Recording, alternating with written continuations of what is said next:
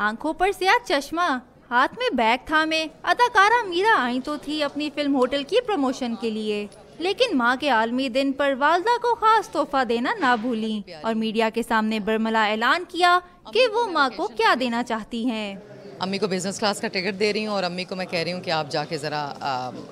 घूम कर आएँ। मुझे कह रही थी कि मैंने उम्रे पर जाना है, लेकिन ये है कि लेट्स सी, लेकिन मैं अम्मी को बिज़नेस क्लास का टिकट दे रही हूँ और मैं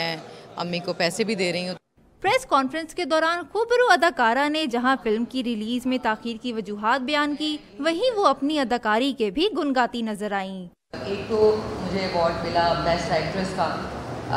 मेरी परफॉर्मेंस के हवाले से और डायलॉग्स की वजह से कि मैंने हिंदी के और उर्दू के डायलॉग्स बहुत ही खूबसूरती से मैंने अदा किए और